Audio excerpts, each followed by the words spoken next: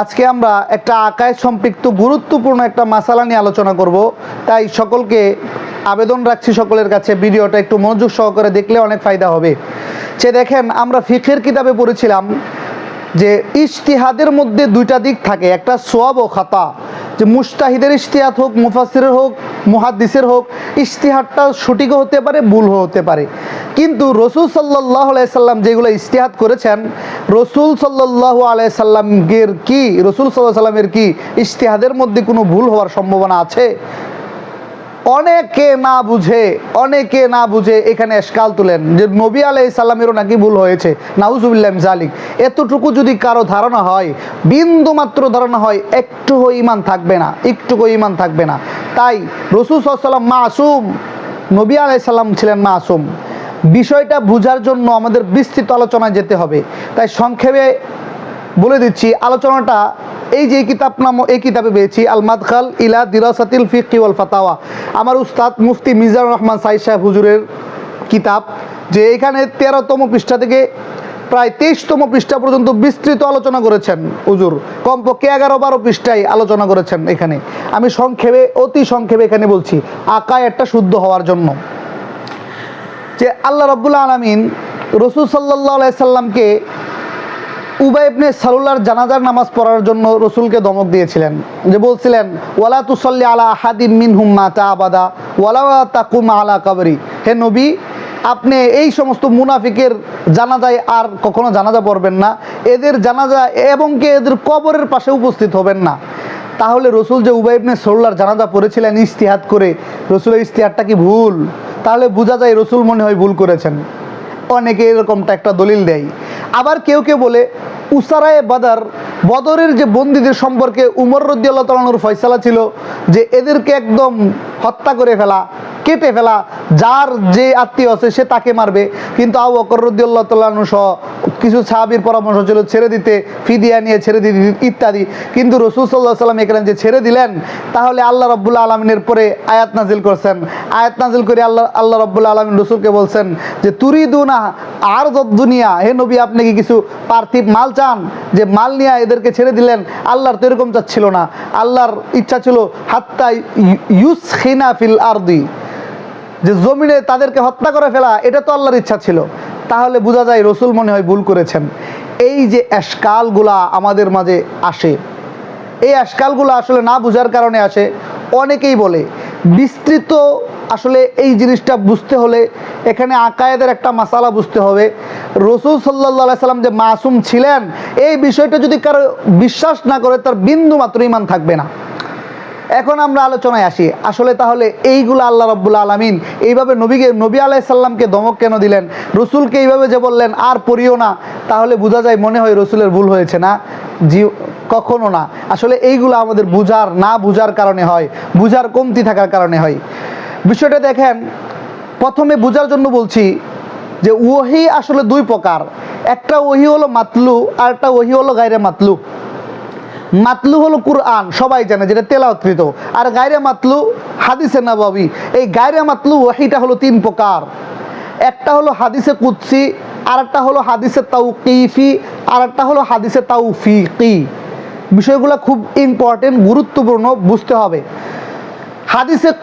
হাদিসে মাত্র তো কোরআন, যেটা একমাত্র কোরআন।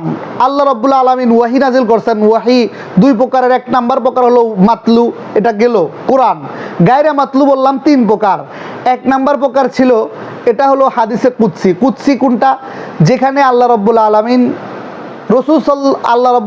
রসুলের মাঝে কোনো মাজামিন কিংবা জিব্রাইল দিয়া পাঠান, যে রসুল সাল্লাল্লাহু আলাইহি সাল্লাম নিজের আলফাজ দিয়া বের করে যে বলেন ক্বাল আল্লাহু তাআলা কিংবা ইয়ারবি আন রাব্বিহি, এরকম হাদিসের লফজগুলো থাকে যে রসুল আল্লাহ রাব্বুল আলামিন বলেছেন, কিন্তু কোরআনে নাই, কিন্তু হাদিসে আছে যে রসুল বলেন ক্বাল আল্লাহু তাআলা, আল্লাহ বলেছেন ইত্যাদি, এরকম আর কি। তাহলে এইগুলো হলো হাদিসে কুদসি। আরেকটা হাদিস হলো হাদিসে তাওকিফি, অর্থাৎ তাওকিফ মানে মৌকুফ। হাদিসটা একমাত্র রসুলের কাছে ওয়াহি আসার আগ পর্যন্ত রসুল কিচ্ছু বলতে পারেন না। যেমন কোনো সাহাবী এই কথা জিগাইছে, ইত্যাদি জিগাইছে, এরপরে রসুল সাল্লাল্লাহু আলাইহি ওয়াসাল্লাম আল্লাহর ওহির অপেক্ষা করেন। আল্লাহ রাব্বুল আলামিন ওহি নাজিল করলে তারপরে রসুল বলেন, এমনটা। এটা হলো ওয়াহি তাওকিফি। আরেকটা হলো ওয়াহিয়ে তাওফিকি, যে তাওফিক আল্লাহ রাব্বুল আলামিন রাসূল সাল্লাল্লাহু আলাইহি সাল্লামকে একটা নবীওয়ানা অন্তর্দান করেছেন, একটা নবুয়তের মেজাজ আল্লাহ রাব্বুল আলামিন এই পুত পবিত্র অন্তরের ভিতরে রসুলের মধ্যে দিয়েছেন, যে আল্লাহ রাব্বুল আলামিন কিছু জিনিস আল্লাহ ইশারাও করেন না, ইলকাও করেন না, জিব্রাইলকেও পাঠান না, রসুলকে বলছেন যে আপনি ইজতিহাদ করে দেখেন, ইজতিহাদ করেন। এইটা হলো ওয়াহির গায়রে মাতলুর 3 নাম্বার কিসিম, 3 নাম্বার প্রকার।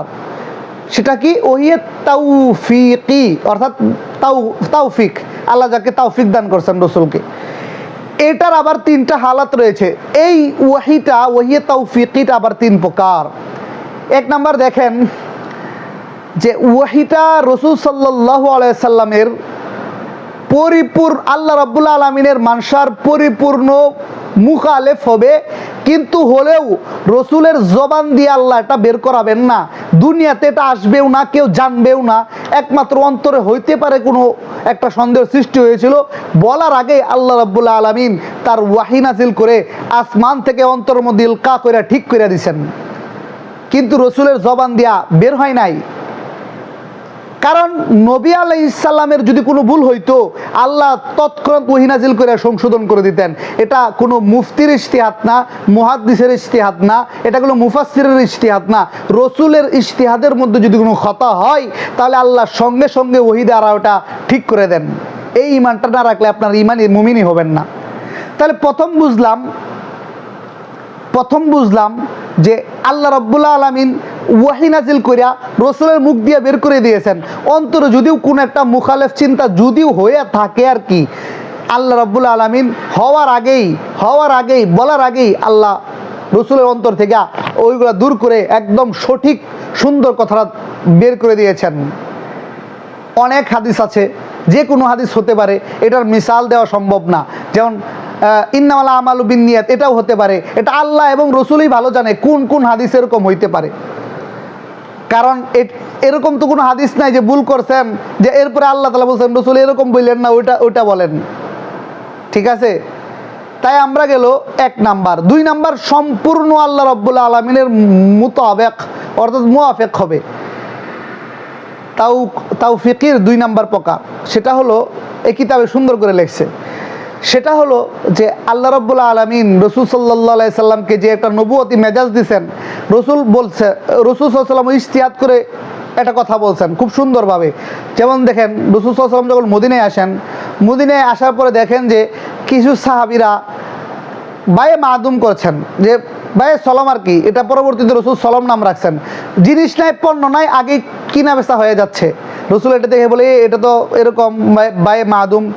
তারপরে রসুল সাল্লাল্লাহু আলাইহি সাল্লাম এটাকে রুখসত দিয়ে দিলেন যে বায়ে মাদুম তো আসলে জায়েজ নাই, এটার জায়েজ। এটা রসুল সাল্লাল্লাহু আলাইহি সাল্লাম ইজতিহাদ করে দিয়েছিলেন, কিন্তু এখানে কিছু শর্ত ফিট করে দিয়েছিলেন। আজালুন মালুমুন, কাইলুন মালুম, ওয়াসফুন মালুম, তারপরে আরও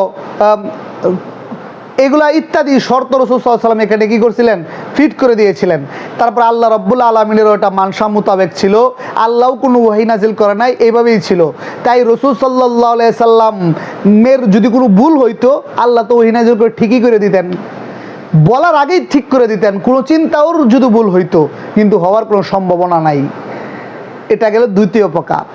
3 নাম্বার একটা প্রকার আছে, সেটা হলো ওয়াহিয়ে সে 3 নাম্বার একটা প্রকার আছে, সেটা হলো মিন ওয়াজিন মুতাবিক মিন ওয়াজিন মুখালেফ।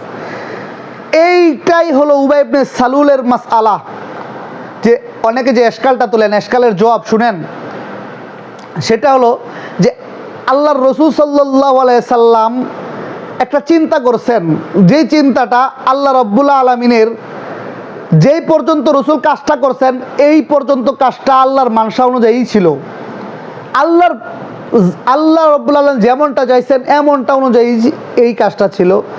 তারপর থেকে আল্লাহ ওয়াহি নাজিল করে কাজটা বন্ধ করে দিয়েছেন। এটা পরের ওই কাজটাও আল্লাহ রাব্বুল আলামিন মানসা মোতাবেকই, আগেও আল্লাহর মানসা, পরেও আল্লাহ রাব্বুল আলামিনের মানসা, উভয়টাই আল্লাহ রাব্বুল আলামিনের মোতাবেক, কখনো মুখালেফ নয়। কিন্তু বলা হয় মিন ওয়াজিন মুতাবিক মিন ওয়াজিন মুখালেফ, মানে আরেকটা দিক থেকে আল্লাহ রাব্বুল আলামিন পরের স্টেপটা আল্লাহ রাব্বুল আলামিন নিজে ওহী নাজিল করে না করে দিয়েছেন। যেমন দেখেন আব্দুল্লাহ ইবনে উবাই ইবনে সালুলার জানাজার নামাজ রসুল সাল্লাল্লাহু আলাইহি সাল্লাম পড়তে যাচ্ছেন, উমর রাদিয়াল্লাহু আনহু বাধা দেয়, রসুল যায়েন না, সে তো রইসুল মুনাফিকিন, আপনি জানেন। এরপরে রসুল সাল্লাল্লাহু আলাইহি সাল্লাম গিয়া জানাজার নামাজ পড়ায়। আল্লাহ রাব্বুল আলামিন আয়াত নাজিল করে রসুলকে সতর্ক করছেন, হে নবী, ওয়ালা তুসাল্লি আলা আহাদিম মিনহুম মাতা আবাদা ওয়ালা তাকুম আলা কবরি, এদের জানাজার নামাজ আপনি পড়াইবেন না আর কখনো, এবং এদের এমনকি পড়াইবেন না তো দূরের কথা, এই সমস্ত মুনাফিকদের কবরের উপরেও আপনি দাঁড়াবেন না, কবরের সাইডেও দাঁড়াবেন না, এই ধমক আল্লাহ দিছেন। তাহলে দেখেন যে আল্লাহ রাব্বুল আলামিন একটু পরে আয়াত নাজিল করলেন, উবাই ইবনে সালুলের জানাজা নামাজ পড়ার পরে এই যে কত একটা টাইম গেল মাঝখানে জানাজা নামাজ পড়ার আগ পর্যন্ত, ওই আল্লাহ কি চাইলে পারতেন না রসুলকে সতর্ক করে দিতে যে রসুল আপনি জানাজার নামাজ পড়াইয়েন না? কিন্তু আল্লাহ করেন নাই কেন? তাহলে বোঝা গেল আল্লাহর মানসার মোতাবেক ছিল ওই নামাজটা, জানাজার নামাজ, মুনাফিকের জানাজার নামাজ পড়ার আগ পর্যন্ত। এরপরে গিয়া মুখালেফ হয়েছে যে এরপর থেকে আর আপনি পারবেন না, নিষেধ। তাহলে কি এটা আল্লাহ রাব্বুল আলামিনের মানসার খেলাফ হলো? না।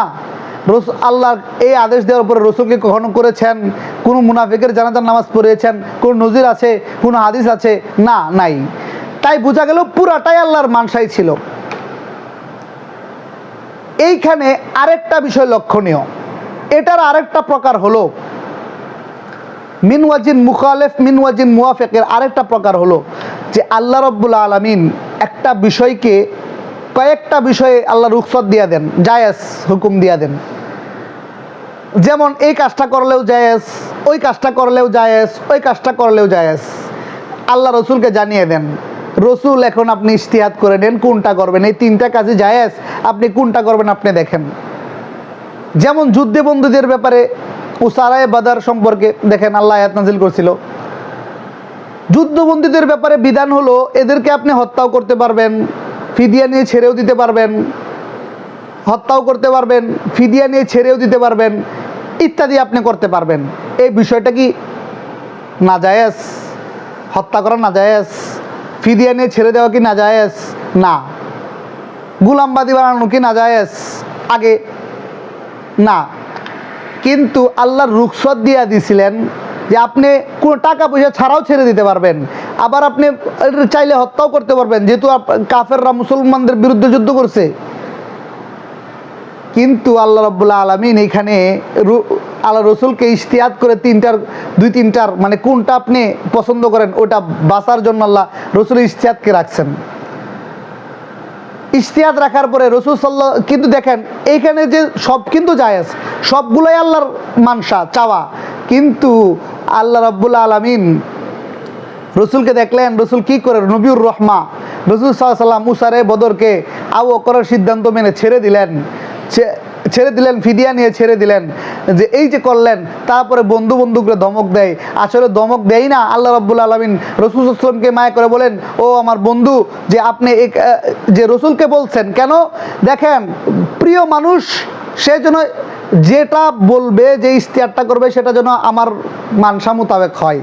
এই কারণে আল্লাহ রাব্বুল আলামিন কিন্তু আল্লাহ আগেই কিন্তু জায়েজ করে দিয়েছেন বিষয়টা। আল্লাহ তাআলা নাজায়েজ ছিল না, রাসূল সাল্লাল্লাহু আলাইহি ওয়াসাল্লাম যে ছেড়ে দিয়েছেন ফিদিয়া নিয়া, বিষয়টা এরকম নাজায়েজ ছিল না, এটাও জায়েজ ওইটাও জায়েজ। কিন্তু আল্লাহ ইজতিহাদ আল্লাহ রাব্বুল আলামিনের এখানে দুইটাই জায়েজ করার পরে মানসা ছিল এদেরকে হত্যা করা হোক, যেমনটা ওমর রাদিয়াল্লাহু তাআলা চাইছিলেন, কিন্তু রাসূল এদেরকে ফিদিয়া নিয়ে ছেড়াই দিয়েছেন। মানে এই কারণে আল্লাহ রাব্বুল আলামিন বলছেন যে ও নবী, আপনি পার্থিব কিছু মালের জন্য এদেরকে ছেড়ে দিলেন, আল্লাহর তোমার হাত্তা ইউসখিনা ফিল আরদ, জমির উপরে এদেরকে একদম হত্যা করে ফেলা, এটা না আল্লাহ রাব্বুল আলামিনের ছিল, এরকম আল্লাহ রাব্বুল আলামিন চাই। কিন্তু রাসূল সাল্লাল্লাহু আলাইহি ওয়াসাল্লাম ওটা যে করলেন, তাহলে কি হইলো? ওটা কি নাজায়েজ কাজ করছেন? না, জীবনেও নাজায়েজ কাজ না, একদম জায়েজ কাজ করছেন। কিন্তু বন্ধুর যেহেতু মুওয়াফেক সর্বদা হবে এবং মানসাও হবে, জায়েজ করলেও তুমি ওই কঠিনটা নিতা, এরকম একটা আছে না, ওই যে এই কারণে আল্লাহ রাব্বুল আলামিন এখানে আয়াত নাযিল করে বলছেন। সর্বোপরি কথা হলো আল্লাহ রাব্বুল আলামিন সূরাতুন নাজমে তো বলছেনই, ওয়ামা ইয়ানতিকু আনিল হাওয়া ইন হুয়া ইল্লা ওয়াহয়ু ইউহা। রাসূল সাল্লাল্লাহু আলাইহি সাল্লাম কখনো ওয়ামা ইয়ানতিকু আনিল হাওয়া, যে কোনো তার প্রবৃত্তি খায়েশা অন্তরে যা চায় তাই বলে না, ইন হুয়া ইল্লা ওয়াহয়ু ইউহা, যা রাসূল বলেন সবই হলো ওয়াহি, সবই হলো আল্লাহর পক্ষ থেকে। একটা কথাও রসুলের এই জবান দেয়া বের হইছে কোনো মিথ্যা কথা না, কোনো মিথ্যা কথা না, কোনো ভুল কথা না, কোনো ভুল হতেই পারে না রসুলের। আল্লাহ রাব্বুল আলামিন ভুল হওয়ার আগেই রসুলের অন্তরকে ঠিক করে দেন। এই ঈমানটা আমাদের রাখতে হবে। যদি এই ঈমান কেউ না রাখে তাহলে সে তার মুমিন থাকবে না, সে মুমিন থাকবে না, সে বেঈমান হয়ে যাবে। এই বিষয়গুলো এটা খুবই জটিল ও সেন্সিটিভ একটা মাসআলা, তাই খুব গুরুত্ব সহিত আবার শুনবেন, না বুঝলে এই কিতাবটা মোতালা করবেন। এই কিতাবের 13 নম্বর পৃষ্ঠা থেকে এই বিষয়টা বিস্তৃত আলোচনা করছেন আমার উস্তাদ মুফতি মিজানুর রহমান সাঈদ সাহেব হুজুর।